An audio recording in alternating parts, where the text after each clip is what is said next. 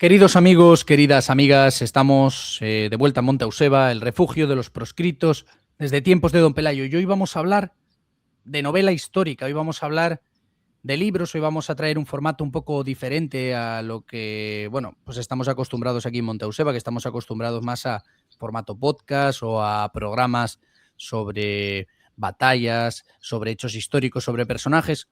Hoy vamos a hablar de personajes, pero lo vamos a hacer mezclando la historia y la ficción. Y para ello, para hablar de novela histórica, tenemos con nosotros a un clásico ya de este programa, de este podcast, de este canal, que es Alberto de Atalarico Rex. Alberto, ¿cómo estás? Hola, muy buenas, Pablo. Pues nada, un saludo a todos y pues espero que vaya bien el programa. Seguro que va bien, seguro que va bien. Por cierto, estamos haciendo directos, hemos hecho uno, pero bueno, va a ser costumbre en el canal de Alberto, en los que, bueno, hablamos de diferentes cuestiones, hablamos de diferentes temas, ¿no?, que van surgiendo, así que os recomiendo que os suscribáis a su canal, que estéis también en X, en Instagram, siguiendo a Alberto porque sube contenido interesante en Atalarico Rex, Historia de España. Y bueno, Alberto, no sé muy bien cómo empezar este programa, ya digo, es un poco improvisado, pero Alberto y yo veníamos hablando los últimos tiempos de hacer un programa sobre libros, ¿no? ¿Son importantes para ti los libros, Alberto? ¿O tú como historiador, bueno, me has dicho que más que novelas tú lees libros de pura historia, ¿no? Pero querría saber qué significa para ti la novela bueno, que nos hables de libros en general un poco para introducir. Mm. Bueno, sí, yo creo que son importantes los libros y sobre todo para el historiador, bueno, y para todo el mundo en verdad, pero yo como historiador, bueno, y siempre como que me ha atraído más leer los ensayos históricos como tal, porque novelas me tiene que enganchar mucho. Una novela histórica, bueno, ahora me estoy leyendo una, que luego lo veréis, que me está gustando mucho, pero que es de un autor que me gusta y que es un autor que hace tanto novela como ensayo, o sea, hace las dos cosas. Y, y bueno, me tiene que enganchar mucho una novela y gustar como para leerme la entera y tal, me refiero a novela histórica. Yo tengo que decir, En Alberto, concreto. que tampoco fui muy de leer novela histórica hasta que llegó a mí, bueno, pues por diversas cuestiones, ¿no? Seguramente porque soy un aficionado a la historia, eh, y llegó a mis manos El Capitán a la Triste. Sé que Mm. mucha gente no está, a lo mejor mucha gente que está siguiendo este canal no está de acuerdo con Pérez Reverte por algunas afirmaciones que hizo sobre, bueno, el protestantismo, la Revolución Francesa y demás. Aquí somos libres, aquí cada uno puede opinar lo que quiera, pero yo creo que en el caso de la novela histórica fue muy importante La Triste, sobre todo en la divulgación de la historia de España, porque de alguna manera rescató esa historia de los tercios, esa historia de la España del siglo XVII, y me parece muy importante, me parece muy importante. De hecho, le han puesto una estatua, no sé si lo has visto, en Cartagena, en la ciudad natal de Pérez Sí, Reverte, le han puesto una estatua a La Triste hace unos días. sí, lo he visto. Sí, sí, De estaba. Héroes de Cavite, puede ser. La asociación No, yo Héroes de creo, yo Cavite, creo, yo, ¿o yo no? creo que fue una iniciativa del Ayuntamiento de Cartagena Mm, y bueno, rinde homenaje a ese personaje que ya es inmortal, ¿no? Porque la gente conoce a La Triste, aunque no haya leído las novelas, en España me refiero. La gente, pues, reconoce, ¿no? El legado. Y tengo aquí la primera de las novelas, a ver si se ve, de Arturo Pérez Reverte, El Capitán a la Triste. Esta es la primera que escribió, bueno, aparece firmada como Arturo y Carlota. Carlota es su hija, de hecho él explica en numerosas ocasiones que escribió El Capitán a la Triste inicialmente porque había visto en los libros de texto de su hija, que entonces era niña, que la historia del siglo de oro español pasaba, digamos que la tocaba muy de pasada, ¿no?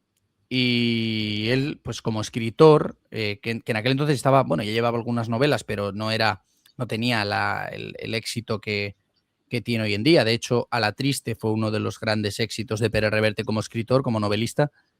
Pues entonces se puso manos a la obra, ¿no? Y escribió El Capitán a la Triste, que es una novela que recomiendo, no es excesivamente larga tampoco. Yo creo que está destinada desde un público joven a no joven. Yo creo que no tiene mucha edad, tiene unas 200 y algo páginas.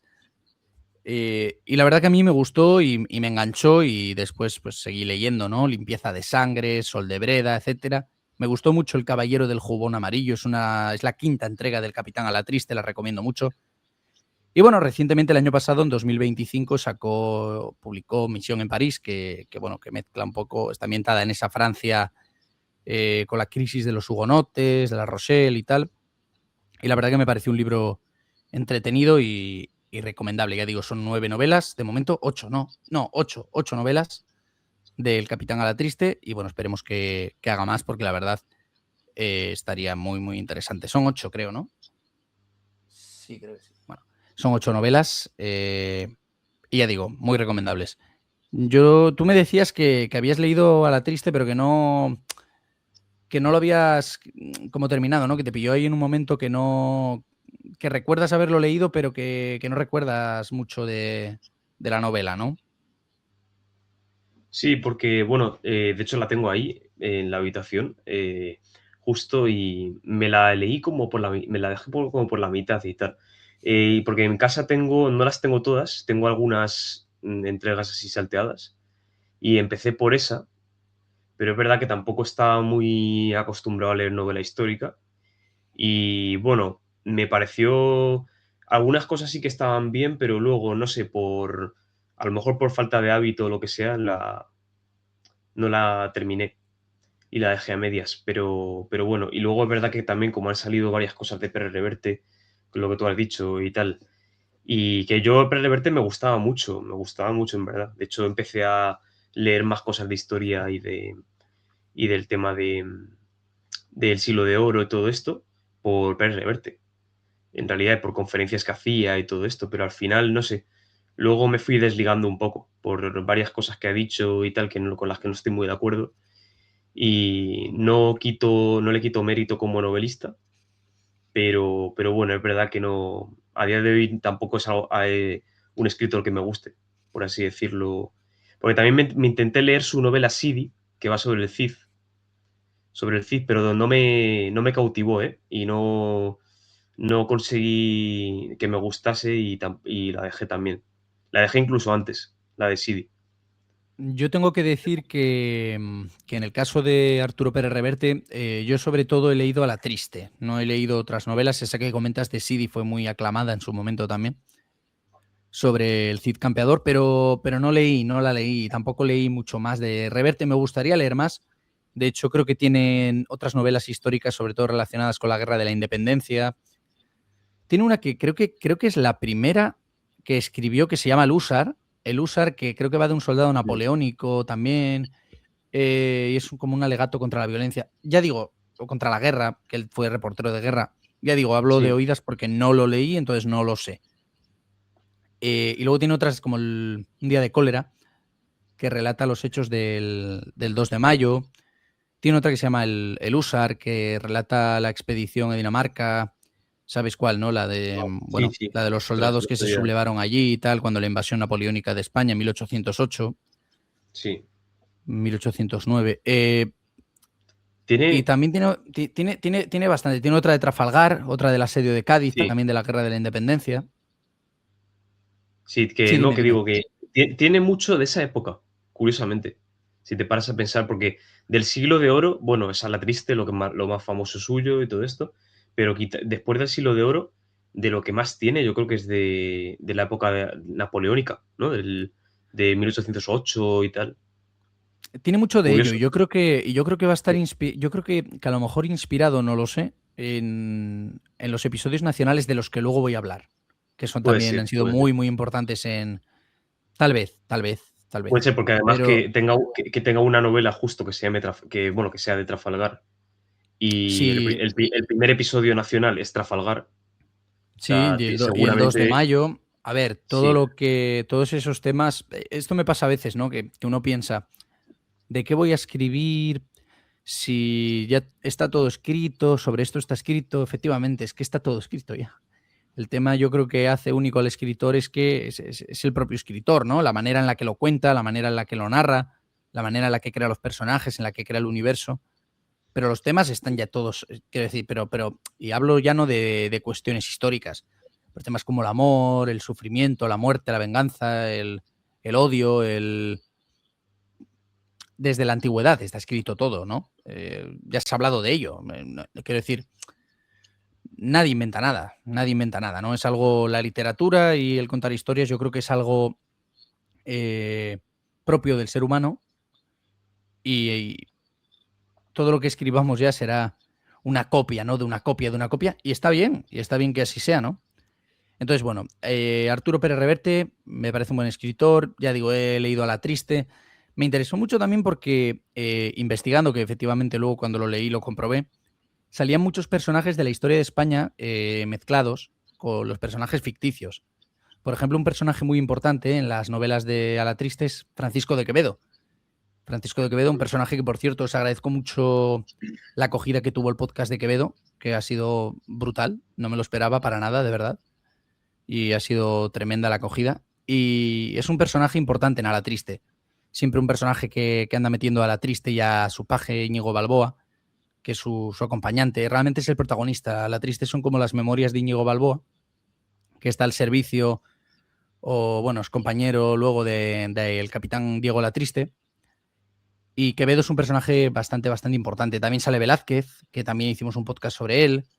Salen todos ese tipo de personajes desfilando por la historia que yo creo que le da un toque, no sé, para mí muy atractivo. También el rey Felipe IV, porque estamos hablando de la época de Felipe IV, estamos hablando de 1621 en adelante, más o menos, que es el año que, por cierto, llega al poder Felipe IV, tras la muerte de su padre Felipe III.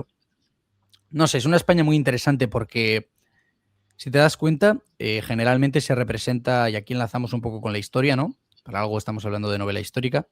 Siempre se presenta ese periodo del siglo XVII como un periodo ya decadente de España, porque ya han pasado los reinados de Carlos I, de Felipe II y tal, y empieza el reinado de los llamados Austrias menores, pero realmente es un periodo de apogeo de la cultura, de las letras, de las...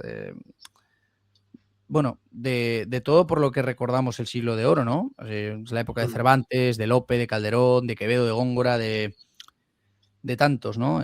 Y en la pintura, pues de Velázquez. No sé, me parece curioso que generalmente representamos esa España como una España decadente, que tal vez en ciertos aspectos lo era, pero luego a la vez es una España brillante, es una España lúcida, es una España de grandísimos artistas, escritores, de gente muy ilustre, ¿no? Sí, es verdad. Yo creo que, a ver, todo lo de los Austrias mayores, Austrias menores y tal, viene sobre todo yo por lo que he leído de Cánovas del Castillo, ¿no? De la restauración borbónica, que quería legitimar a los Borbones, a Alfonso XII en su época, frente a los Austrias, ¿no?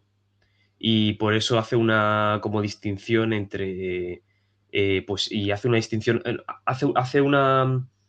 empieza a decir que, claro, que Carlos II y los anteriores, en el siglo XVII, que eran ya decadentes completamente, ¿no? Y cuando, bueno, se ha descubierto que, por ejemplo, Carlos II no, de hecho, en el reinado de Carlos II, por ejemplo, es verdad que, bueno, la paz de Westfalia fue más, después de la Guerra de los 30 años, fue más favorable a las potencias protestantes, eso es verdad. Se reconoce el calvinismo, ¿no? Y todo eso en Europa y varias cosas. Pero es verdad que en la época de Carlos II en España tuvo varios superávit y de hecho en América fue esplendorosa, fue donde más... tú has dicho lo de las letras y las artes y demás, pues también en América hay un apogeo del barroco americano, por ejemplo. Se puede ver en todo el barroco que hay en Perú, en el Virreinato de Nueva España, todo eso. Y o sea, no solo en la península el arte y la literatura en esa época, sino también en América, en los virreinatos españoles en América. Entonces, bueno, también hay que decir eso, que bueno, es verdad que políticamente pues se estaban perdiendo algunos territorios en Europa. No era tan drástico como nos lo han querido hacer ver, aunque es verdad que la época del Conde Duque fue un poco... Es verdad que España se desangró en guerras gran parte de ese siglo, y entonces ya con Carlos II ya como cortó un poco de guerras, y, y las guerras es que venían desde Carlos I, o sea, venían desde más de un siglo antes, entonces es normal también, pero bueno. Te quería preguntar, Alberto, ahora que citas al conde duque de Olivares, ¿tú qué opinión tienes del conde duque de Olivares? Que por cierto es otro personaje que, si no recuerdo mal, sale en A la Triste. Sí, sí, sale, de hecho, y se mencionan estas Sí, pugnas que tenía Quevedo con él y... sí sale. Y sale en la peli además también, sale en la peli de A la Triste, Cierto, creo. cierto. ¿Sabes qué pasa? ¿Tú viste la película? He visto escenas, no la he visto entera todavía, pero he Yo visto vi la, pe- escenas sueltas. yo vi la película y... Mm. bueno, ahora te comento de la película, pero ¿qué opinión tienes del conde duque de Olivares? ¿Te parece un Mm, personaje al que se le ha hecho justicia? ¿Te parece un personaje... Eh, ¿qué crees? ¿Qué opinas del Conde Duque? a ver, es verdad que comparándolo con el Duque de Lerma, el Duque de Lerma es Bueno, verdad que fue más cara en ese sentido, más, em, pero bueno, el Conde Duque yo creo que sí que, tenía una idea de imperio, ¿no? Quería, es verdad que es una figura que no tengo muy estudiada, sinceramente, ujú, pero pero bueno, yo creo que, le tocó una época complicada de gobernar, yo creo, porque la guerra de los 30 años, volver después de una tregua, España luchando contra los protestantes y contra Francia, además, que bueno, Francia era católica, pero igualmente iba contra España y sí, sí, colaboraba con en los esa época. turcos y... Luego también, sí, sí, exactamente. Y bueno, esa época es complicada, la verdad. Es complicada porque era un poco España contra todos, ¿no?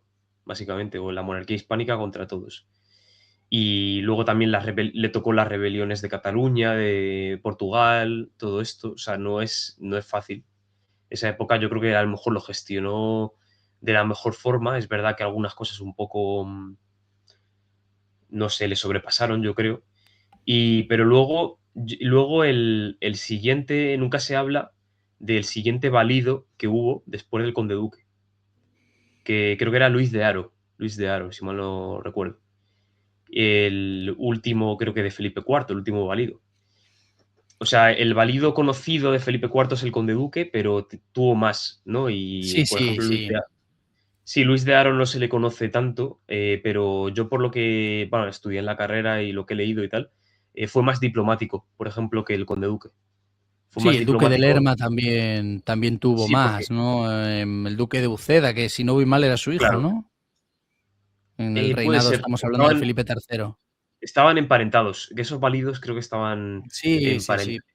La Bueno, familia, el conde duque se llamaba, era de la familia de los Guzmán, creo, de Gaspar de Guzmán, de no sé sí, qué. Era Gaspar de Guzmán. una familia muy conocida, muy conocida. Y, por ejemplo, Luis de Haro, que es el que le toca hacer la paz de Westfalia y el Tratado de los Pirineos. La paz de Westfalia no recuerdo, pero el Tratado de los Pirineos sí que estaba, creo que Luis de Haro, y, por ejemplo, fue muy diplomático con el tema de los casamientos entre María Teresa y Felipe y Luis XIV y todo esto. Sí, bueno, eso Pero que bueno, decías de los válidos del conde duque de Olivares, de que era una familia conocida, bueno, evidentemente los válidos eran de familias pudientes, ¿no? noble. Eran de familias nobles, no elegía al rey a gente de la clase más humilde, ¿no? Lógicamente para la época. Bueno, hecho este breve inciso sobre el conde duque, que es un personaje de A la Triste, y sobre los válidos y la España del siglo XVII, que viste la película, algunos fragmentos, ¿no? Dijiste, pero que no la viste entera. La película de A la Sí, Triste. no. Sí, no la he visto, no la he visto entera. He visto el fragmento, bueno, la parte final, el fragmento final Ya. de que es muy conocido, de la batalla. Y Sí, por cierto, batalla que hasta día de hoy no aparece en los libros de A la Triste. Esto hay que decirlo. no sabía, no sabía. Porque, porque, vamos a ver, es que A la Triste no está terminado, es que A la Triste no Ya, acaba. A la Triste son historias más o menos independientes vale, de Íñigo Balboa, de A la Triste y tal, pero no son... Entonces, ¿qué pasa? Que cuando hicieron la película, de hecho, cuando hicieron la película todavía no, obviamente, no estaba ni la novela del año pasado ni las últimas. claro. yo vi la película, pero disfruté más con los libros, sinceramente, porque la película me pareció que cogía como todas las novelas e intentaba unirlas para crear una especie de historia y tal, y me parecía como bastante difuso, como que no, al final quería coger tantas historias que al final, para mi gusto, no acababa cogiendo ninguna. Es verdad que tiene buenas escenas desde el punto de vista visual, pero me parece que quiso abarcar demasiado. Quiso abarcar demasiado. A la Ya, triste a lo mejor le pega más un formato serie, que también la hubo, exacto. pero a nivel visual tampoco me convence, porque, por ejemplo, creo que ponen a una La Triste demasiado joven. Viggo Mortensen me pega como a La Triste, es verdad que el acento, pues, no sé, no me pega mucho, pero bueno, pero veo a La Triste, ¿sabes? Igual que veo a Quevedo con Juan Echanove y... No sé, a nivel visual ya te digo, la película de La Triste me gustó, pero a nivel de trama me parece que quiso coger todos los libros, hacer un batiburrillo ahí que al final no acabo de entender muy bien cuál es la trama, sobre todo si no lees los libros, es como yo creo que... No sé, y la batalla de Rocroi, que es la escena final de La Triste, en los libros Íñigo Balboa, que es el narrador y el protagonista, dice que a La Triste muere en Rocroi. Esto no es un spoiler ni un destripe, es que lo dice casi al inicio, ¿no? Pero claro, para acabar la película tuvieron que recrear esa muerte a La Triste, porque en los libros no ha muerto todavía, no se narra la muerte más allá de pasada, ¿no? Entonces esto, bueno. Y bueno, algo más de A la Triste, bueno, no sé si tú quieres añadir algo, tampoco lo has leído, pero bueno, me parecía importante hablar de esto, porque bueno, No, también tú vas a comentar novelas que yo no he leído, entonces bueno, me parece enriquecedor, sí. ¿no? Sí, bueno, también hay una parte de una escena pequeña que he visto de A la Triste, que era cuando está, creo que está con el Conde Duque, me parece, que dice lo de cuando Dios nuestro Señor creó el mundo, alumbró a Flandes con un sol negro, o algo así, dice, un sol hereje, Mm. que ni calienta ni seca la lluvia o algo así, y que es una tierra extraña, esa gente nos odia o algo así, dice La Triste. Y me parece una frase chula, ¿sabes? Está chula. Y es que lo vi en un clip, eso. Tiene un poco también ese toque revertiano Sí, se nota. de los de abajo contra los de arriba, de las élites corruptas, la iglesia fanática, Sí, y los de abajo se son nota los un que poco son los que se ganan el pan con el sudor como de un su frente, pelín, sí, un con las pelín, heridas. un pelín oscurantista, a lo mejor, puede ser, o no sé. Sobre todo yo creo que he visto con la perspectiva de la imagen que se ha creado de España por la leyenda negra, ¿no? Al final, a lo mejor, a ver, ciertamente es así, ¿eh? Yo tampoco caigo en la leyenda rosa. Sé que hay mucha gente yo creo que hay mucha gente que quizá por reacción a la leyenda negra ha acabado cayendo en una leyenda rosa. Y con las cuestiones de España pasa lo mismo, ¿no? Al final yo creo que se tiende a idealizar el pasado, pero el pasado sería igual de duro que la actualidad, quiero decir, que la gente de a pie no comía de una bandera, ¿no? Como la que tienes tú ahí al fondo, que es maravillosa, que es la Cruz de Borgoña, que representaba toda un imperio, un imperio que luego podemos llamar civilización, que es la hispanidad, ¿no? Pero que al final la gente no comía de eso. Al final mucha gente se alistaba a los tercios bueno, por reconocimiento, por riqueza, o también porque alistarse a los tercios les permitía ser mejores que quedarse en España. Quiero decir, a lo mejor alguien estaba en su pueblo muerto de hambre, se alistaba a los tercios y tenía digamos, esa ambición, ¿no? De ir escalando. Lo mismo pasaba muchas veces cuando los conquistadores iban a América, ¿no? Que iban atraídos un poco por subir en ese escalafón social, ¿no?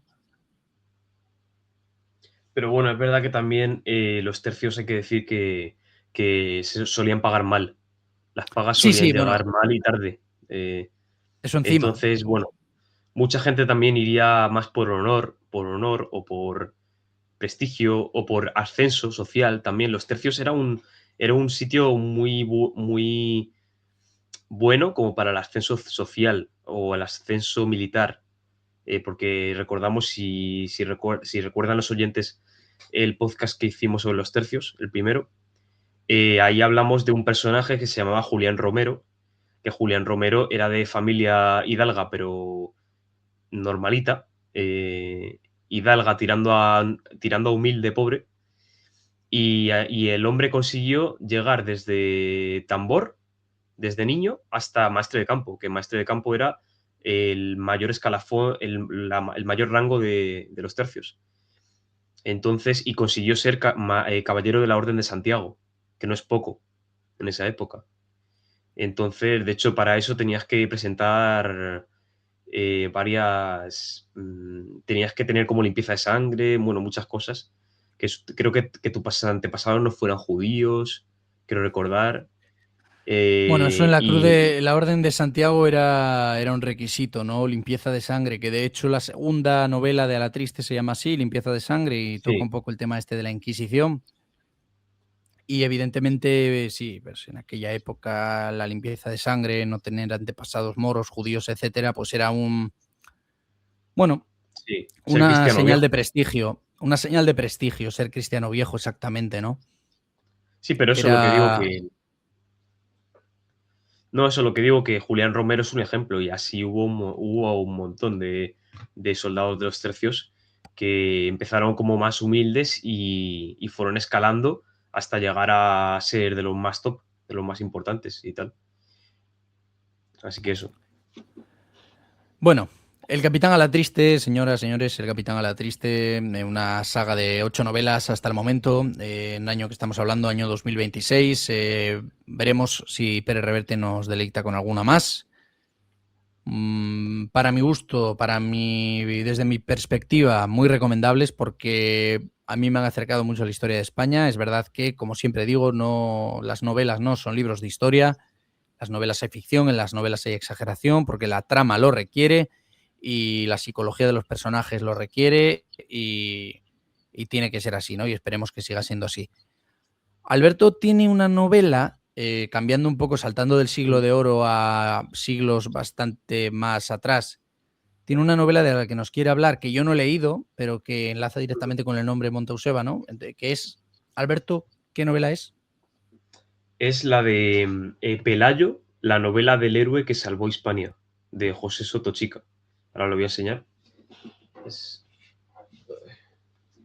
bueno, esta. Creo que está al revés, pero las letras. Pero bueno, es de Pelayo, de No, José yo lo Sotochica, veo que es bien, un yo lo veo historiador. bien, yo lo veo bien. Sí, lo ves bien. Ah, vale. Es que yo lo veo como al contrario, las letras, no sé. Como efecto espejo, ¿sabes? Lo veo yo. Ahora lo veo como demasiado bueno. O sea, así gordita, pero bueno, se lee bastante bien, yo creo. O sea, no la he terminado, eso es verdad. Bueno, voy casi por la mitad, pero creo que puedo hablar de ella ya porque sí que he visto una parte importante, bueno, he leído una parte importante de la novela Alberto, y cuéntanos un bueno, poco la trama y déjanos algún gancho para los oyentes, para los espectadores que estén ahí, bueno, para mí también, ¿no? Déjanos algún sí. gancho, así que nos diga, vamos a comprar la novela, vamos a leer la novela porque tiene de interés. Vale, bueno, pues la novela, a ver, la novela empieza con un monje del siglo VIII, de finales del siglo VIII, que vive como en una especie de cueva o de, bueno, de ermita, y escribe unas crónicas de un tal Pelayo, ¿vale?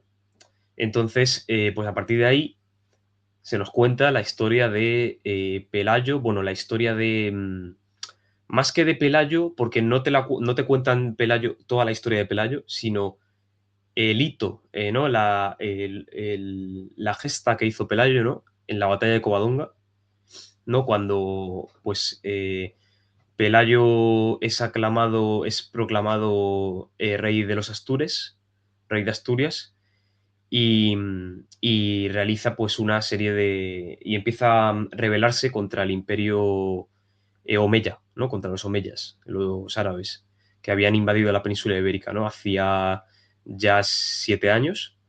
Y pues la novela va justo de 7 años después de que los musulmanes invadiesen la península en el 711. No, estamos en el 718. Y pues habla de cómo Pelayo pues, bueno, habla de, básicamente, o sea, tampoco voy a hacer spoiler, pero bueno, os cuento un poco cómo empieza, que tampoco es, yo creo que spoiler para dejar un gancho ahí. Y bueno, básicamente como Al-Kama, que era un emir, uno de los gobernadores de una de las zonas de Hispania, de los árabes, bueno, el califa Omeya manda a Al-Kama a Asturias para sofocar la rebelión de los astures, porque Pelayo se había rebelado contra los astures contra los musulmanes, ¿no? Y entonces, pues ahí te cuentan un poco los preparativos de Covadonga, de la batalla de Covadonga, ¿no? Y básicamente, pues es eso. Además lo cuenta muy bien porque es un experto en historia militar, el historiador. Es historiador militar y medievalista y también es orientalista. José Soto es experto en Imperio Bizantino, Persia, árabes, sabe un montón de todo esto. Y Alberto, yo también quería preguntarte, de visigodos, también. sí, la novela trata un poco, se centra en Pelayo o narra un poco con perspectiva amplia el tema. ¿Cómo dirías que lo trata? Quiero decir, ¿se centra mucho en qué hace Pelayo en cada momento y lo ve a través del personaje o es un poco más de contexto histórico? ¿Cómo es? ¿Cómo es? No, pues mira, no se centra tanto en Pelayo. Es más lo segundo que has dicho, es más una visión amplia de las cosas. O sea, se centra en Pelayo cuando se tiene que centrar, ¿no? En Covadonga, todo esto, pero no es pelayocéntrico. No es todo, sino que hay más personajes, hay tanto históricos como personajes ficticios, muy buenos. Además, los personajes ficticios me han sorprendido muy buenos. Yo creo que me están gustando más casi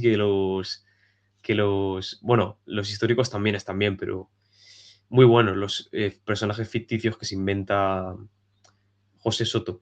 Y bueno, te habla un poco, es una visión general, porque al principio sí que te habla un poco más de Pelayo, pero cada capítulo son capítulos muy cortitos, al principio sobre todo, y cada capítulo o sea, son varias tramas. Son como varias mini tramas que convergen luego en una trama grande, ¿no? Entonces, en un capítulo pequeño, pues te habla de Pelayo que está hablando con otro soldado suyo para ver cómo preparan Covadonga, ¿no? Luego otro capítulo te habla de la mujer de Pelayo, de qué estaba haciendo, de Gaudiosa, se llamaba. Qué estaba haciendo, todo eso. Otro capítulo te habla de Cangas de Onís, por ejemplo. Otro de Alcama. Otro te habla de Alcama y de cómo se mueve hasta cómo va por las montañas de Asturias y cómo con el ejército y todo esto. Entonces no es amplio y la verdad que me ha gustado porque no me lo esperaba. Yo pensaba que iba a ser más centrado solo en Pelayo o sí, como más casi en primera persona, pero no, no. Y además por donde voy ahora, que creo que ya casi por la mitad, ahora está en otra trama completamente diferente y ni siquiera sale Pelayo. O sea que imagínate. Ahora Sí, donde estoy ahora es más de tramas políticas, como palaciegas. Y un no, poco no es de Pelayo. eso que comentas es un poco como guión un poco de cine, ¿no? Un poco el formato Sí, de escenas pequeñas, ¿no? Que se van cambiando. Yo creo que puede tirar, fíjate, por ahí el futuro un poco de la novela, ¿eh? Lo noté también, que es un poco guión cinematográfico. La novela de José María Zabala, El Profeta, tiene un mm, poco de eso. Son capítulos más cortos, sí, sí, sí, que sí. recuerdan más a un guión cinematográfico. Yo creo que a lo mejor puede estar por ahí el futuro de la novela. Sí, Porque en esta sociedad de TikTok y en esta sociedad de la inmediatez, de los 5 segundos, etcétera, pues mucha gente y un servidor, y, o sea, me incluyo porque también yo creo que todos somos víctimas, ¿no? de este proceso de pérdida de atención, que yo creo que los libros en este sentido, igual que las películas, son claves porque pueden salvarnos, ¿no? De alguna manera, pueden ayudarnos a retener la atención, pero no es fácil, ¿eh? No es fácil. Te hablo desde mi experiencia personal. ya más allá de cualquier tema, es que el tema de la capacidad de atención, yo creo que es un tema complicado y yo creo que es uno de los grandes temas que hace que la gente no lea. Yo creo que, bueno, es verdad que, por ejemplo, si consultas datos de hace 100 años, es evidente que por tema de analfabetismo, por tema de que hoy los libros son más accesibles, de todo lo que sea, es verdad que la gente lee más y así se indica y ojalá que siga siendo esta la tendencia. Pero es cierto que yo creo que hay mucha gente que no lee, no porque no les interese el tema, las historias, etcétera, sino porque yo creo que por el tema de la inmediatez, por el tema de la falta de atención, yo creo que mucha gente no se ve leyendo un libro, pero por este tema, no porque no les interesen los temas. No sé si estás de acuerdo conmigo, que incluso yo lo padezco. Quiero decir, yo creo que todos lo padecemos, ¿no? De alguna manera, el tema de la pérdida de atención. Sí, claro, es que un libro requiere atención, sobre todo, que estés ahí con las ganas, que tengas también un hábito. Yo creo que también tienes que tener un cierto hábito a ser constante, a leer, porque si no, al final lo dejas. Y sí, al final un libro es que es lo contrario a la inmediatez. O sea, al final tienes que... es un trabajo de poco a poco, de ir leyendo, de lentamente, o sea, no es hago así y ya me he leído todo el libro, no, sino que tienes que leer página por página. Y bueno, es verdad que a mucha gente, pues en estos tiempos le puede costar, tiempos de la inmediatez, como has dicho. Pero bueno, yo creo que hay que ejercitar un poco también eso. Hay que ejercitar un poco, que también viene muy bien y no solo para la hora de expresarte, sino para la hora de escribir, de todo. Yo creo que ayuda en todo. Sí, pero es complicado, ¿no? Estarás de acuerdo conmigo en que es complicado porque Internet es un fenómeno que me parece maravilloso. Bueno, a mí Internet me parece maravilloso, la inteligencia artificial me fascina.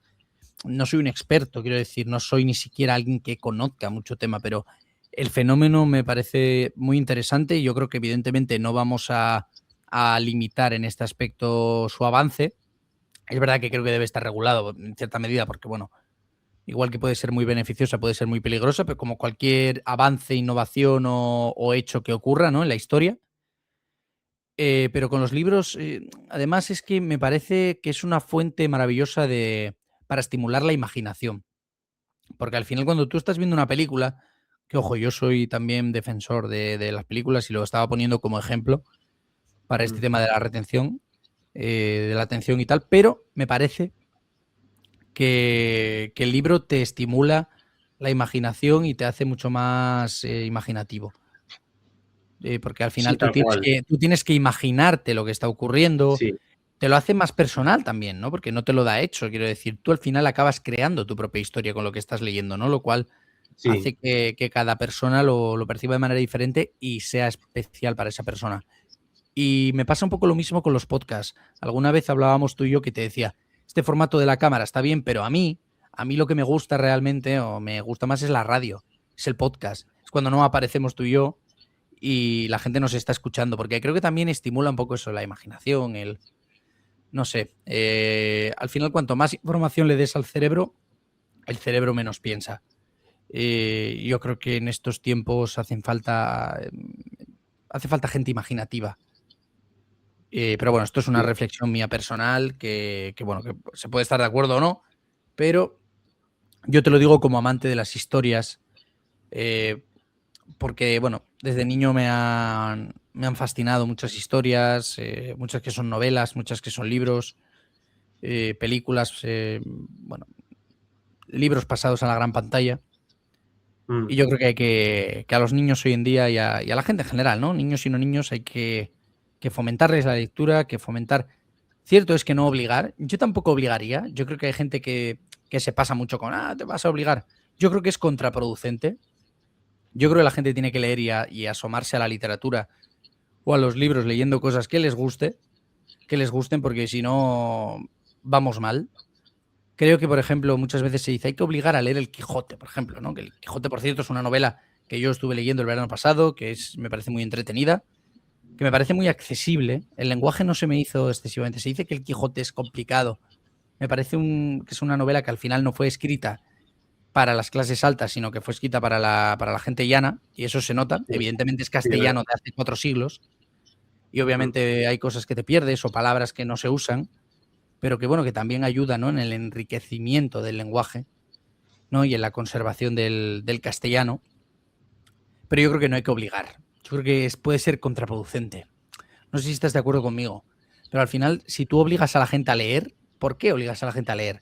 Quiero decir, una cosa es que tengan el conocimiento superficial, que yo creo que hay que tenerlo, hay que saber qué es el Quijote, o hay que leer fragmentos del Quijote, pero yo creo que tú no puedes llegar y aporrear a la gente en la cabeza con el Quijote, porque van a detestar el Quijote, ¿no? Van a acabar... no sé, si alguien no quiere leer el Quijote, Claro, pues no, que no lo lea, ¿no? A lo mejor ya le llegará el momento, pero a lo mejor tiene claro, el exactamente. interés un poco, y ahí sí puedes indagar, pero si no tiene nada de interés, yo creo que si tú lo usas como una guerra y no como un espacio de diálogo, como un espacio de compartir cultura, de mira, pues el Quijote, por esto, si no lo argumentas y das razones y simplemente lo impones, yo creo que es contraproducente. Pero bueno, no me quiero enrollar mucho en este tema, no sé si estás de acuerdo conmigo, Sí, yo creo pero que no hay que obligar y bueno, el Quijote, además, yo creo que hay que enseñarlo, ¿no? Y los profesores, yo como profesor de historia, creo que un profesor de literatura, en este caso, tendría que enseñar el Quijote, pero yo creo que más como que tú te has pierdo, dicho. Alberto, te pierdo. Sí, Hola, hola. te perdí, recapitula, por favor. Ahora te Ahora. escucho. Vale, vale. Ahora te oímos. No, que decía que yo creo que no hay que obligar a leer Quijote ni nada, pero yo creo que si eres profesor de literatura, sobre todo, sí tienes que enseñar el Quijote, tienes que enseñarlo, pero a lo mejor, como tú has dicho, a lo mejor a través de fragmentos, de que lean fragmentos, o de que se lean tal capítulo y se lo preparen y los alumnos y vayan a clase y lo comentemos en clase, algo así, se me Obvio, ocurre. obvio. Yo también con mentalidad de profesor, aunque no de literatura, pero con mentalidad que tengo de profesor. Porque si no, al final los chavales se van a, lo que tú has dicho, van a acabar pillándole manía al Quijote y no lo van a leer nunca, al final. Y entonces lo que tenemos que hacer yo creo que es suscitar el interés por esa lectura para que en un futuro, pues, esta persona coja y diga, vale, tengo ganas de leerme el Quijote, o tengo ganas de leerme tal, o El Señor de los Anillos, o lo que sea.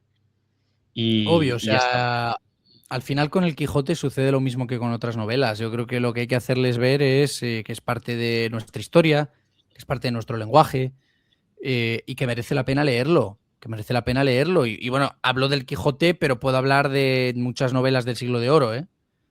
Hablo Sí, de la literatura española, ¿no? Incluso del siglo XIX. Yo creo que ahí tenemos una gran tarea pendiente en que la gente se interese por la literatura, pero no como algo que vean como algo antiguo, impuesto del sistema educativo, que no sirve para nada. claro. No, no. Y yo creo que esto no pasa por imponer que lo lean, sino por a lo mejor acercar de manera contundente, sí, pero acercar un poco las historias, poco a poco, argumentarlo, ver temas del Quijote, ¿no? Comprenderlo. Yo creo que Sí, por ahí pasa. Ya digo, como el Quijote, digo cualquiera, ¿no? De las obras de Lope, la poesía de Quevedo, las obras de teatro de Calderón, o, sí. o los episodios nacionales de Benito Pérez Galdós, que son Ujú.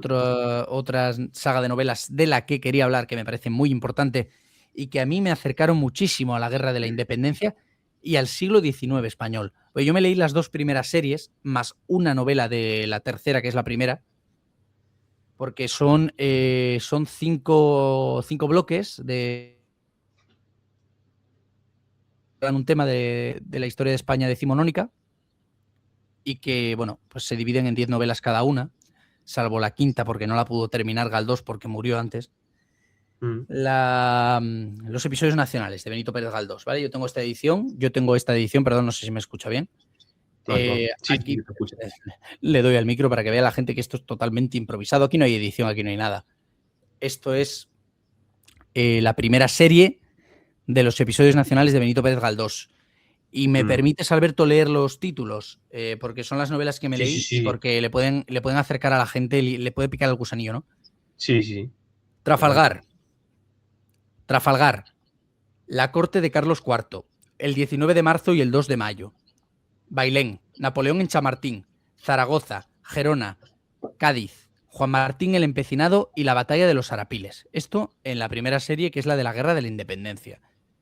El protagonista es Gabriel de Araceli, que es un chico huérfano de Cádiz que se enrola en la batalla de Trafalgar acompañando a su mentor, al hombre que le había cogido cuando quedó huérfano, que era un viejo marino que había participado en la batalla de San Vicente, del Cabo San Vicente, y que es un marino, representa un poco, de hecho en Galdós hay muchos guiños al Quijote, se nota mucho, porque ahí se ve un poco esta especie de marino, no loco, pero sí quijotesco, ¿no?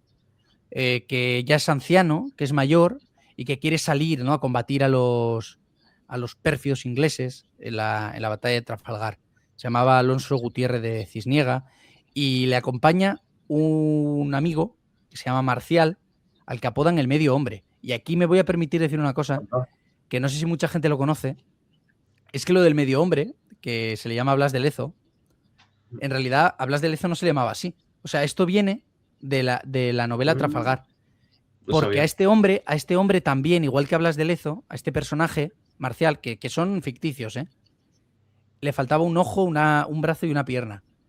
Yo no sé si Galdós se habría inspirado en Blas de Lezo, tal vez, posiblemente, o en muchos marinos de la época, ¿no?, que también estaban tullidos, pero lo de Medio Hombre viene de aquí, del personaje de Marcial de la novela Trafalgar de Galdós, de Pérez Galdós.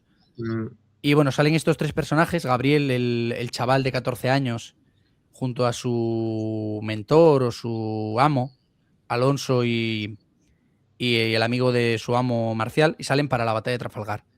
Y se enrolan y bueno, pues de esto trata Trafalgar. Y luego pues Gabriel Araceli es el protagonista de las novelas de la primera serie, a excepción de una que es un amigo de Gabriel, que es Andrés Marijuán. Pero ya digo, es una saga de novelas que tampoco son muy largas, son de unas 200 páginas al menos la edición que yo tengo, y que vas viendo, ¿no?, la historia de amor que Gabriel de Araceli tiene con una chica. No quiero destripar demasiado. Los personajes que se va encontrando. Sale el personaje del guerrillero, hay villanos, hay gente... Bueno, está el personaje quijotesco, heroico, ¿no? Están los sitios de Zaragoza, de Gerona. Está el politiqueo también en Cádiz. Están las gestas militares, está el tema ideológico también muy presente. Ya digo, son una saga muy recomendable. Y luego está la segunda serie de los episodios, que la segunda serie está enfocada en la España de Fernando VII, aunque Fernando VII ya sale en la primera... Porque otra cosa de esto es que aprendes muchísimo de historia, pero muchísimo, porque aparecen muchísimos personajes de la historia real y muchos nombres de periódicos. Y para mí Galdós, también porque es realista y detalla todo, ¿no?, al milímetro, me parece que estás viendo una película, o estás viendo la verdadera España del siglo XIX, de verdad, ¿eh? Cómo retrata a los personajes, la psicología de los personajes, la vestimenta, el ambiente, el olor, me parece tremendo. Me parece tremendo. Bueno, es que al final... Sí. Dime. No, que digo que al final él vivió parte del siglo XIX. O sea que... Sí. Y él muchas... si no tengo mal entendido, muchas de las cosas que cuentan Trafalgar en de los libros de la Guerra de Independencia y todo esto, viene porque su padre o su abuelo participaron en la Guerra de Independencia y le contaron a él todas esas historias, ¿no? Si mal no recuerdo, porque él era de Canarias, pero creo que su familia venía de la península, ¿no? El tema de Galdós es que es curioso porque él era un canario que escribe de cosas que pasan en la península. Es un gran cronista, porque Galdós además era cronista parlamentario. Era periodista, trabajó como... Él tenía esa vocación de contar historias, tenía esa vocación. Decían que leía hasta lo que caía, ¿no?, de papeles en la calle. Decían que se acercaba a la gente que iba hablando por la calle para escuchar conversaciones y sacar ideas para sus novelas.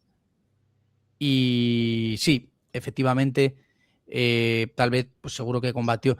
Es cierto que Trafalgar, tengo entendido que él se reunió con uno de los últimos supervivientes de la batalla de Trafalgar, un año antes de escribir la novela, y de ahí sacó mucha información que luego plasmó en su novela Trafalgar.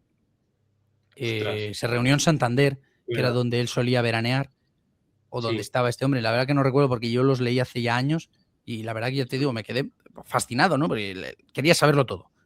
Quería saberlo todo, de cómo lo escribió, porque me parece el cenit de la novela histórica española. Los episodios nacionales, hay que leerlos. O sea, la gente que, de verdad, si me estáis escuchando y os gusta la historia de España, y tenéis que leer los episodios nacionales de Galdós. De verdad. Te digo lo mismo, Alberto, si tú no los has leído, tienes que leerlos, porque de verdad son tremendos. Yo tengo un muy buen recuerdo. Es verdad que la forma en la que Galdós lo narra, antes hablábamos de lo de guión cinematográfico, no es exactamente así, ¿vale? Galdós es un escritor realista y detalla mucho, y hay veces que a lo mejor se hace un poco pesado el tema de cómo cuenta, de cómo detalla hasta el milímetro, pero de verdad, una vez te sumerges con Gabriel Araceli o con Salvador Monsalud, o con los personajes de los episodios nacionales, te quedas prendado, de verdad. Y aquí en esta es más política, esta segunda serie, trata de, bueno, la década llamada ominosa, ¿no? La restauración del absolutismo, y tiene muchos contrastes, ¿no? De personajes, ¿no? Está pues el guerrillero, está el tradicionalista, los realistas que luego van a ser carlistas, están los liberales exaltados, están las logias masónicas, los comuneros, está un poco todo ese ambiente político, ideológico que se va gestando, ¿no? en ese siglo XIX, ¿no? Es muy interesante para mí. Gente que se cambia de bando, chaqueteros, que toda la vida han existido, me parece muy interesante. Y luego de la tercera serie, que la tengo también por aquí, a ver si no tiro esto. Leí el libro de Zumalacárregui, que es el primero que sirve a modo de preludio de la tercera serie. Leí el libro de Zumalacárregui. También los títulos de la segunda serie. El equipaje del rey José hace referencia a la huida, ¿no? de Pepe Botella, de José I, el hermano de Napoleón. Memorias de un cortesano de 1815, La segunda casaca, El Grande Oriente, que es una novela sobre la masonería, ¿no? El 7 de julio de 1822, que bueno, tuvo lugar la sublevación de los realistas que fueron vencidos, ¿no? Corrígeme si me equivoco, porque yo te digo, hace tiempo que no leo esto, pero tuvo lugar, ¿no? Fue lo que ocurrió en 1822, ¿no? Estamos en el trienio liberal. Creo que fue una sublevación que hubo realista que fue aplacada por los... por no lo conocía. Sí. Los 100.000 hijos de San Luis. Los 100.000 hijos de San Luis sería. Después, el terror de 1824, que narra un poco la represión contra los liberales después de la restauración y la entrada de Angulema y de los 100.000 hijos de San Luis. Un voluntario realista, que narra la guerra que hubo en Cataluña, con la Seu d'Urgell y demás, la guerra de los malcontents, se llama, ¿no? Sí, eso sí lo conozco. Luego los apostólicos. Creo que 26. Sí, se cumplen 1826, 27. Sí. Y un voluntario realista, como digo, los apostólicos, que trata un poco esto, bueno, esos momentos en los que se empieza a crear esa facción realista en torno a Carlos María Isidro, que ya estaba en un voluntario realista, y que intentan convencer a Fernando VII. Bueno, narra un poco este tipo de cuestiones, y un faccioso más y algunos frailes menos, que narra pues el estallido de la Tercera Guerra Carlista y la quema de conventos de 1834 por parte de los liberales más exaltados. De la primera guerra carlista. De la primera guerra carlista. De la primera. ¿Qué dije? De la tercera, no. De la tercera no, de la primera. La primera guerra carlista. Que eso es lo de la matanza. Es la matanza de frailes de Madrid. Correcto. De 1835, 36, siempre me baila ahí el número. Sí, 1834 creo que tuvo lugar. 35, sí, por ahí. Es que ahí se acaba. Luego ya es la tercera guerra, lo diré, la tercera serie. Me lío por lo de la tercera serie. En la tercera serie es la de la primera guerra carlista, ¿vale? 1833-1840. Zumalacárregui. Y la verdad, ya digo, historia de España pura y dura, personajes inolvidables.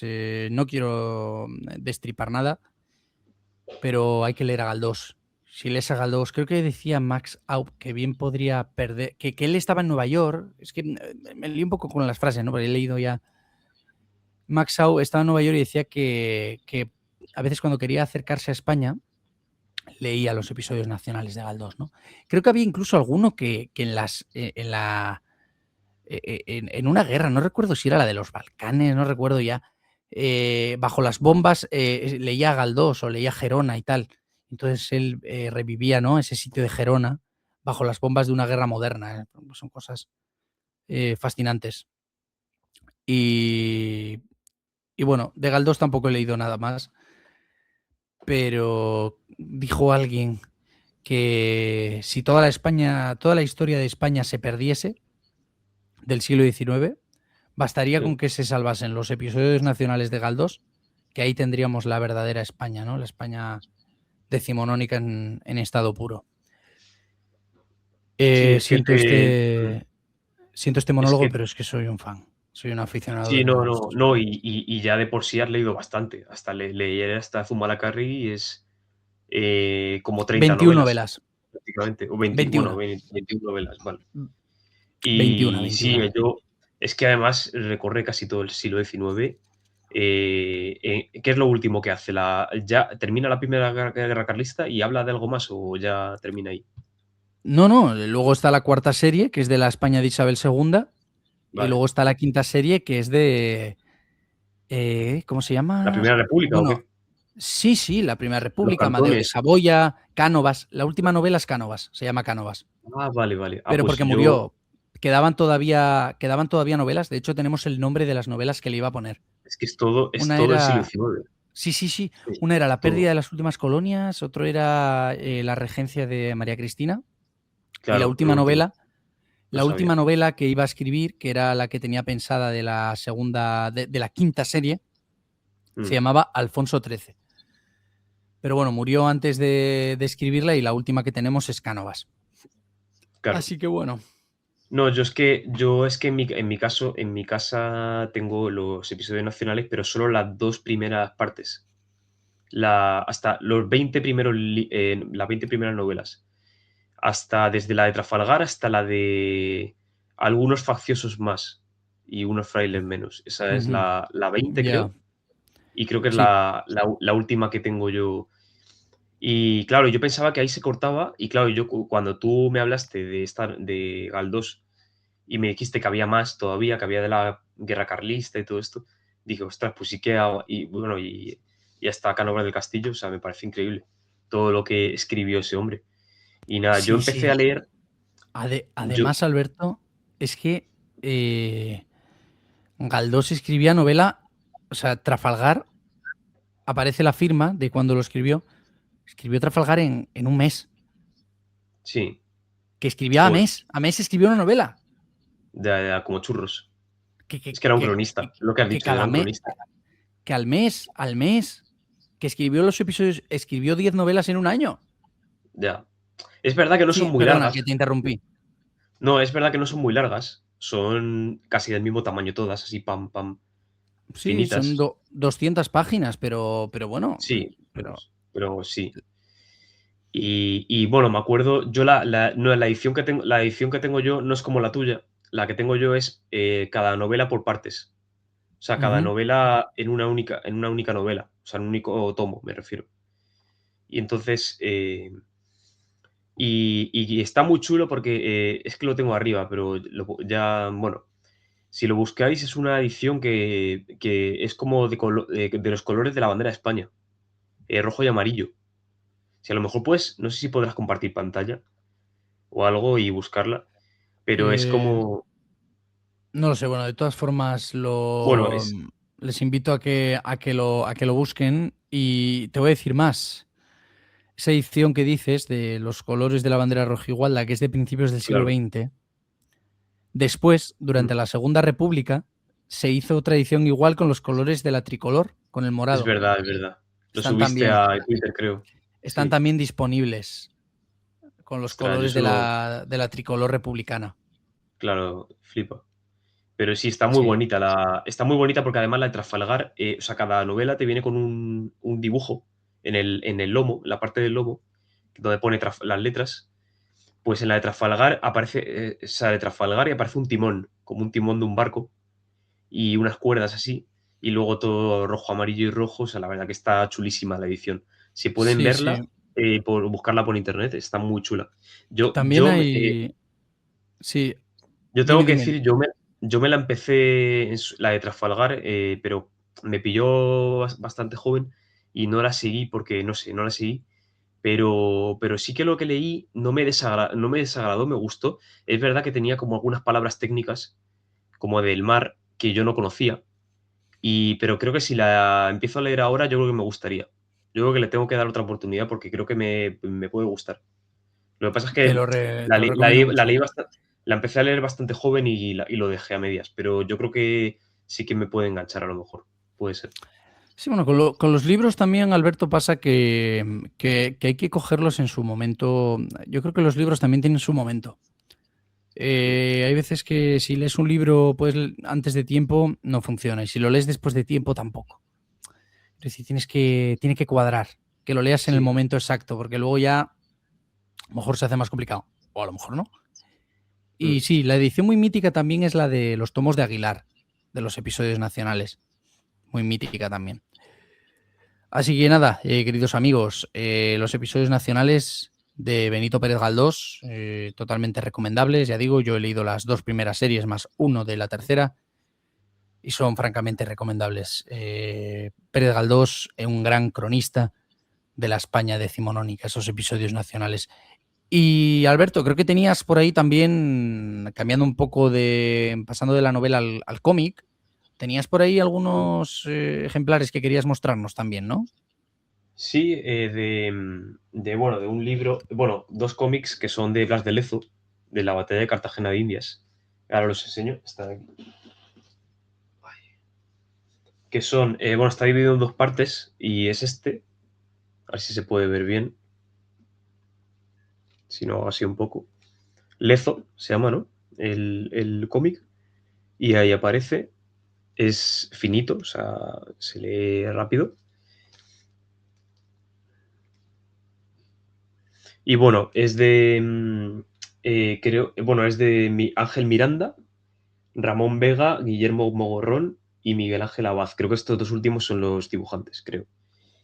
Y bueno, no sé si qué editorial lo sacó, o si es como más independiente. Creo que es más independiente, porque sé que también Cascaborra tiene cómics de historia, históricos, Cascaborra Ediciones, y son muy buenos también, recomendables. Pero bueno, este cómic en concreto empezó por un crowdfunding de Berkami. ¿A ti te suena Berkami? Sí, pues Berkami, bueno, como una página para hacer crowdfundings, básicamente. Entonces, salió sobre todo por un crowdfunding de gente que empezó a poner dinero, a ayudar para que se saliera a la luz este cómic, ¿no? Y eso fue en 2019. Y bueno, y de hecho ¿Tú yo crees, aporté un poco, yo aporté en su día a que saliera, de hecho, un ¿Tú poco. crees, Alberto, Y que la figura de Blas de Lezo está ya lo suficientemente divulgada? Porque es verdad que muchas veces antes era muy común. Blas de Lezo se hizo como muy sí, viral, ¿no? O sea, se hizo totalmente. De repente, creo que Memorias de un Tambor jugó un papel fundamental ahí, el podcast de mm, Memorias de un Tambor, y otra mucha gente, ¿no? Que Blas de Lezo hubo un momento que se convirtió casi en héroe nacional. Mucha gente decía como Blas de Lezo, que no lo conoce nadie y no se le reconoce. Yo creo que ahora ya sí está muy reconocido, ¿no? Tiene la estatua de sí, Colón. Hubo una época cuando el surgimiento de sí, Vox, bueno, el auge de Vox, mejor dicho, mm, que ellos se enfocaron también mucho en eso, ¿no? De lo de la reivindicación de Blas de Lezo y tal. sí. Y de hecho, bueno, un lamentable comentario de un actor, no me acuerdo ni de quién fue, seguramente ni lo merezca, ¿no? Que recordemos quién es, que decía que llamó a Blas de Lezo como conquistador de mediado, no sé qué, o sea, es Ah, que verdad. es una ignorancia, Ni me acordaba ya de eso, pero es verdad. Pero No ¿cómo sé se quién lo atreve? O comentó. sea, no, y vale más la pena no acordarse, porque de esta No, gente y no es se que acuerda, no se acuerda prefiero ni nadie, y de Blas de acordarme, Lezo ¿sabes? sí. Claro, y de Blas de Prefiero ni Lezo sí, se va a acordarme de acordar la eso. gente. Exactamente, claro, de toda esta gentuza no se acuerda nadie, y de Blas de Lezo, pues obviamente sí, se va a acordar la gente porque fue un héroe y porque fue alguien importante en la historia, porque fue alguien Claro. que merece la pena ser recordado, no como toda esta caterva, ¿no? de ignorantes, que al final son ignorantes. Alguien que desprecia su historia, y no hablo de ensalzarla, endulzarla, decir que somos los mejores y que aquí no hay momentos malos. Claro que hay momentos malos, claro que hay sombras, claro que hay imperfecciones, porque los seres humanos, que somos los que conformamos la historia, los que damos vida a la historia, pues somos imperfectos, ¿no? Cada uno, ¿no? En su día a día. Pero esto de insultar a las figuras históricas, además figuras históricas gloriosas de la historia de España, figuras históricas que merecen ese reconocimiento, ¿no? Insultarlas de esa manera, pues bueno, en fin. Pero sí, tuvo mucho auge Blas de Lezo, Sí, y yo creo que hoy día todo el mundo sabe quién es Blas de Lezo, ¿no? Bueno, no todo el mundo, obviamente, pero digo, en no España todo el yo creo mundo. que entre la gente un poco metida, un poco así, yo creo que le suena, ¿no? El nombre de Blas de Lezo. Quizá no, porque Sí, vivimos a lo mejor en una burbuja, pero que yo creo que a nivel reconocimiento institucional, cultural y de a pie de calle entre la gente un poco que sepa de historia de España, pues yo creo que sí es recordado, ¿no? sí, yo creo que sí. Y bueno, sí, al final también salieron muchas novelas. Yo fue en la década anterior que empezaron a salir bastantes novelas, sobre todo por cuando pusieron la estatua de Blas de Lezo en Colón, que fue en 2014, estaba ya el rey Felipe VI en Sí. España, justo ya había, creo fue el mismo año que salió, o sea, el mismo año que abdicó Juan Carlos y bueno, fue proclamado Felipe VI. El mismo año inauguraron la estatua de Colón, que está un poco, es verdad que está en una esquina, un poco ahí, que tienes que ir a posta casi para verla, ¿sabes? O tal. Pero está muy chula la estatua. Yo he estado varias veces y he hecho alguna foto y tal, y es una estatua muy currada, está chula y merecida, totalmente. Aparte, porque es que, aparte de la de Madrid, es que solo, que yo recuerde, creo que solo había una estatua en Cartagena de Indias, en Colombia. Era la única estatua que había hasta entonces de Blas de Lezo, me parece. Y de hecho, No sé si hasta entonces, sé que ahora hay una en Cádiz también, ¿eh? en Cádiz también. Yo En eso Cádiz no. hay una estatua de Blas de Lezo, sí. Ah, mira. Ah, pues está bien, también. En Cádiz hay una Pero estatua de Blas luego de lo Lezo. busco, luego lo busco, pero yo sé que la primera fue la de Cartagena, la que está a los pies del fuerte de San Felipe de Barajas, ¿no? Famoso, de Colombia, de Cartagena. Y sé que siempre se la ha recordado más en Colombia. De hecho, en Cartagena, muchos cartageneros, de hecho, a lo mejor alguno nos escucha de allí de Colombia, sí que conocían la historia de Blas de Lezo, porque allí, bueno, fue donde ocurrió la batalla, ¿no? Su mayor batalla. Pero, y en España estaba como olvidada, ¿no? Estaba como nadie se acordaba, como que había pasado sin pena ni gloria. Incluso la batalla de Cartagena de Indias, no solo Blas de Lezo, incluso la batalla, como que nadie hablaba de ello, nadie. También en el colegio nos enseñan batallas más allá del ámbito peninsular, península ibérica y tal. Pues imagínate, y no se enseñaba la figura ni de Blas de Lezo, ni te enseñan la guerra de la oreja de Jenkins contra Inglaterra, que fue importante, ni o la guerra del asiento, ni la batalla de Cartagena, de Indias. Entonces, al final, yo creo que ha sido labor sobre todo de escritores, divulgadores y de youtubers también, que pues eso, escultores como el que hizo la estatua de Lezo, pues los que han llevado al boca a boca esta figura, ¿no? Tan importante. Porque si no es por ellos, no. Porque ya te digo, los académicos viven en su burbuja, como decimos siempre. Han hecho libros de Blas de Lezo, sí. Y sobre todo después de todo el boom. Y se siguen haciendo libros de Blas de Lezo. De hecho, salió uno hace poco de Guillermo Nicieza, que sabe mucho de historia naval y lo sacó Despertaferro hace poco. Y tengo otra revista de Despertaferro sobre Blas de Lezo. Pero eso ha salido ya a posteriori de que se conociese mucho más el personaje. ¿Sabes? Todo eso. Y que es de Gijón, por cierto. Nicieza. Vale, Eh, no lo sabía. Fíjate. sí, sí, sí, sí. Y sí, y también fue polémica la estatua de Blas de Lezo, en su momento, sobre todo por parte de los separatistas catalanes, que se oponían, Ah, porque Blas de Lezo había combatido es verdad. en la armada de Felipe V durante la Guerra de Sucesión. Bueno, ya sabemos, no vamos a explicar ahora, ¿no? Pero bueno, ya sabemos la tergiversación histórica de los separatistas catalanes con respecto a esta guerra de sucesión que enfrentó a los Sí. Borbones con los Habsburgo, Felipe V contra el archiduque Carlos, al que ellos llamaban Carlos III, y el tema este de los fueros y todo esto, que bueno, que es cierto, ¿no? Que luego se suprimieron y tal, pero bueno, que también habría mucho que matizar. Alberto, Atalarico Rex, no sé si quieres comentar algo más ya en este formato que ya digo, fue un poco improvisado, pero que a mí la verdad me ha gustado mucho. Yo creo que ha sido una charla bastante productiva. Es verdad que como siempre tienes Mm. paciencia conmigo porque yo me tiendo a enrollar y tiendo a hablar mucho, pero bueno. Sí, bueno, quería comentar un poco más del cómic, de los cómics Sí, sí, de claro, Blas de sí. Lezo. Sí, Bueno, ¿qué tienes? ¿Otro cómic o...? sí, porque estaba la segunda parte, que es esta. Es que está dividido en dos Ah, vale, partes. vale, vale, vale, vale. Mira, a ver, joder, es que Se ve bien, con la se ve luz bien, se ve bien. De verdad, se ve se bien, ve ¿no? bien. Vale, Sí. pues esta es la segunda entrega, ¿no? Que es Lezo, la defensa de Cartagena. De. Pone abajo, parte 2. Y bueno, y bueno, está dividido en dos partes y se centra los cómics se centran en la batalla de Cartagena, Ujú, simplemente. Y te van contando en dos flashbacks, te cuentan dos flashbacks de Lezo, de cuando tuvo unas heridas. Y está muy bien todo eso Hay detalles que... O sea, es verdad que el cómic es muy militar, es full, es todo el rato, está muy centrado en lo que fue la defensa de Cartagena de Indias.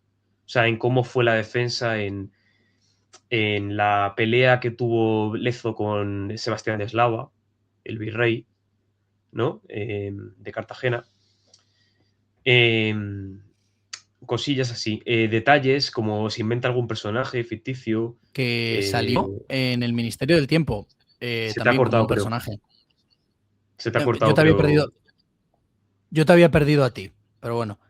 Vale. ¿Qué decías? Repito, ¿Perdón? que Blas de Lezo, Sí. que sale también como un personaje en el Ministerio del Tiempo, en la serie del Ministerio del Tiempo, hay un capítulo en el Anda. que sale Blas de ¿En Lezo. serio? Ah, pues Sí, no lo sabía. sí, sí, Luego lo busco. de hecho, yo tengo el recuerdo, sale como en la enfermería, en que le están curando las heridas Ah, y ostras, ostras. le representan así un poco como un hombre de carácter serio, incluso un poco borde, ¿no? Un poco Era un hombre como... recio, ¿eh? Era un hombre Sí, borde también. Sí, sí, sí, sí. un hombre como cascarrabias es la Sí, sí, palabra, sí. ¿no? Sí. Pero bueno, a Y ver, de es hecho, que y de me lo hecho imagino. claro, y de hecho, como tuvo ese enfrentamiento con Sebastián de Eslava, porque Lezo quería hacer la defensa de una forma y Eslava no le dejaba, quería hacerla de otra forma y tal.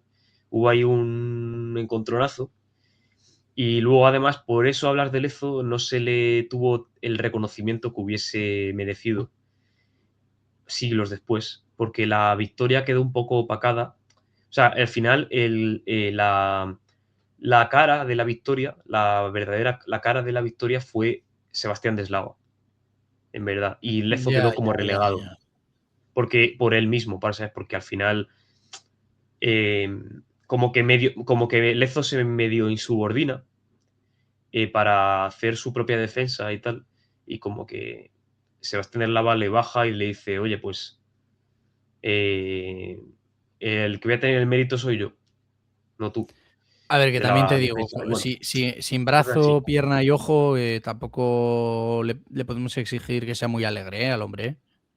Claro, es que al final era como un Millán Astray del siglo XVIII, al Como un final. Millán Astray, aunque Millán Astray, por Sí. lo que tengo entendido, que Bueno, se le tiene como un poco de fama de tipo ya, rudo y violento y tal, que a ver, obviamente es el fundador de la Legión, pero claro. tenía un carácter un poco socarrón, Sí, según tengo no, entendido con los sí es suyos, cierto, sí es cierto, sí. Y Blas de Lezo lo que me flipa, siempre me ha impresionado de él, es que, podía desde muy joven, porque es que la pierna se la amputaron con 15 años. Pues la primera batalla en la que participó tenía 15 años, tío. Era en Vélez, Málaga, en la Sí, guerra de sucesión. es que es una locura. Es como cuando Te lo has hablábamos comentado. en el programa de los tercios, que, Sí, insisto, el que no lo haya visto, que vaya a mi canal, o al de Alberto, que también está en el tuyo, ¿no? El de los tercios lo habías publicado sí, también. Fue el también, también. primero, de hecho, el primero que publicaste. Sí, Ahí están los programas de los tercios. De hecho, hablábamos también de Juan de Austria, de que también que era muy joven cuando toma una empresa tan grande como dirigir en la batalla de Lepanto, ¿no? sí. Es una locura, es una locura. Bueno, otros tiempos, ¿no? Bueno, y en Lepanto, bueno, en Lepanto tenía ya 24 años, que bueno, que aún así es Sí, pero joven. bueno, Y, igualmente en, la y, dimensión de la antes, batalla, y antes de Lepanto participó en las Alpujarras, que fue una guerra muy sangrienta, de la que poco se habla, sí, por sí, sí. cierto. Y tenía 20 años o por ahí, o 21. Era muy joven. Y, bueno, y de hecho en esa guerra vio morir a su mentor, a Luis de Quijada. Pero bueno, eso daría para otro programa. Es que es un personajazo también, Juan de Austria. Pero bueno, Lezo, lo que sí que también decía bueno, que Lezo yo creo que podría, por las heridas que tenía de guerra y todo eso, podría haberse quedado en palacio. Le ofrecieron incluso estar en palacio, en la corte, haciendo otras cosas, otras labores. Le ofrecieron que estuviera al margen de la batalla, ¿no? Después de por todas las heridas que tuvo, ¿no? Tan brutales de guerra. Pero él no, él quería estar frente al enemigo siempre. Es un personaje de locos. Es como, él quería siempre, su sitio no era la corte, su sitio era el frente de batalla. Era un militar como que nació, yo creo que nació para ser militar. Nació para eso. Y es un personaje. Y me gusta cómo lo tratan en el cómic, porque lo ponen un poco como si fuera el origen de un superhéroe, casi. O sea, parecía como Marvel, el cómic, en verdad. Porque, claro, te ponen ese flashback, que es como si fuera el origen de un superhéroe. Y no sé, a mí leyendo el cómic me da la sensación de eso, que es como, parecía como la historia de origen de un héroe, ¿sabes? No sé, estaba muy. Y lo que hace después, ¿no? Está muy chulo cómo lo hacen. Bueno, Alberto, habrá que hacer otro programa, ¿no? Sobre libros o... Bueno, Mm, ya sabéis que también vamos a hacer en el canal de Alberto esas charlas, ¿no? Tocando diferentes temas. No sé si para el próximo te gustaría algo más que novela histórica, algo diferente. En cualquier caso lo sí, hablaremos, pero bueno, te dejo concluir un poco así, o que digas algo, ya saliéndonos un poco del tema libros.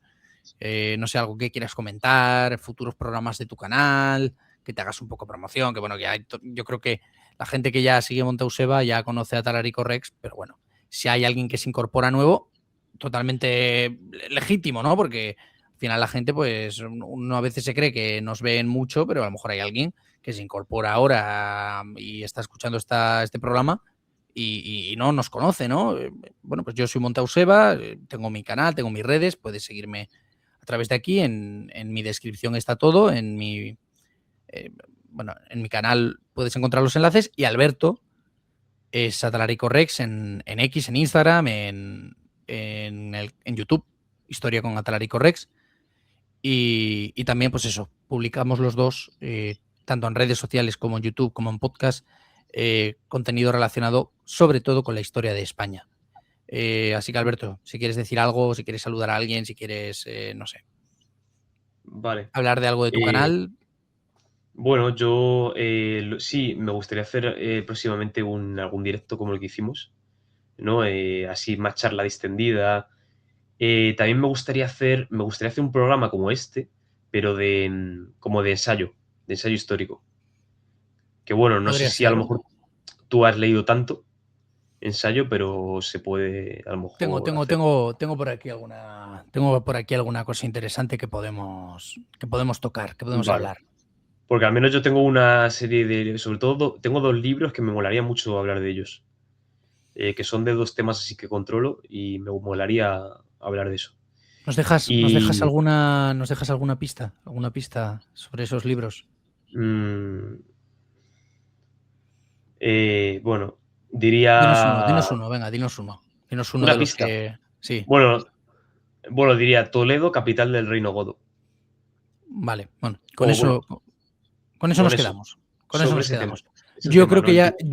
Yo creo que ya sé el libro del que estás hablando, pero bueno, yo creo que ya lo sé. Vale, Pero bueno, si hay vale, vale. algún oyente que no lo sepa, que investigue o Sí, que espera al próximo programa que haremos aquí en Monteuseba y que no sé si podréis encontrar en el canal de Alberto también, no sé si lo querrá publicar en el suyo, en cualquier caso, tenéis que seguirle porque ahí está publicando contenido. Y nada, Alberto, muchísimas gracias por este programa una vez más, ya eres un fiel del canal, sí. sí, ¿quieres decir algo? Sí, quería decir también que, bueno, ya lo que ha dicho Pablo antes, que me podéis seguir en las redes, en Instagram, en Twitter, si ponéis a Talarico Rex, en YouTube Historia con Talarico Rex, a ver si llegamos a los 100 suscriptores, que ya queda menos. Y que también que veáis, os animo a que veáis el último podcast que hemos subido sobre las Navas de Tolosa, sobre la batalla de las Navas de Tolosa. ¿Vale? Que tengan más visualización porque está muy bien. No es tan largo como otros que he subido. Y yo creo que, Está muy bien, está mal que lo digamos nosotros, no sé si está muy bien, pero bueno, ya, bueno. que hay gente Y que bueno, dice que está muy bien, pretendo, vamos a mejorarlo. pero bueno, todo se puede mejorar, todo se puede mejorar. Y entonces, yo creo, también me gustaría subir algún fragmento de ese vídeo, como un vídeo corto, de algún fragmento de ese podcast, y algo así, pero bueno, es verdad que por falta de tiempo a veces se complica, pero me gustaría hacerlo. Y entonces, bueno, os animo a que veáis ese vídeo, sobre todo, y que os paséis por nuestros canales y que comentéis, le deis a me gusta, os suscribáis, sobre todo, y lo compartáis con gente a la que le pueda gustar el tema. Así que nada, Yo eso. siempre lo digo, los oyentes, los espectadores, los suscriptores, los seguidores son los que son los más importantes de este proyecto, porque sin ellos, pues nosotros, a ver, podríamos estar haciendo esta charla en privado, pero si la queremos compartir es porque creemos que puede haber gente que está pues interesada, ¿no? Que luego ellos puede haber esa reciprocidad, ¿no? Tanto con comentarios como con la difusión con otra gente, ¿no? Y que puede pues motivar a que se hable de estos temas, a que estos temas lleguen a la gente y a que pues se dé a conocer, ¿no? La historia de España y en este caso la novela histórica. Hemos hablado de A la Triste, hemos hablado de los episodios nacionales, hemos hablado de la novela de José Soto Chica sobre Don Pelayo, hemos hablado de cómics sobre Blas de Lezo y la Barrieta y hemos hablado con Atalarico Rex, que es Alberto, que es un clásico ya de este canal y a quien espero poder ver pronto y que esté con nosotros en este canal lo más rápido posible. Alberto, ha sido un inmenso placer y nos vemos pronto. Ha sido un placer y un honor. Nos vemos, si Dios quiere. Y por parte de un servidor os ha hablado Pablo y me despido desde el Monte Useba, el refugio de los proscritos desde tiempos de Don Pelayo. Hasta pronto. Hasta pronto.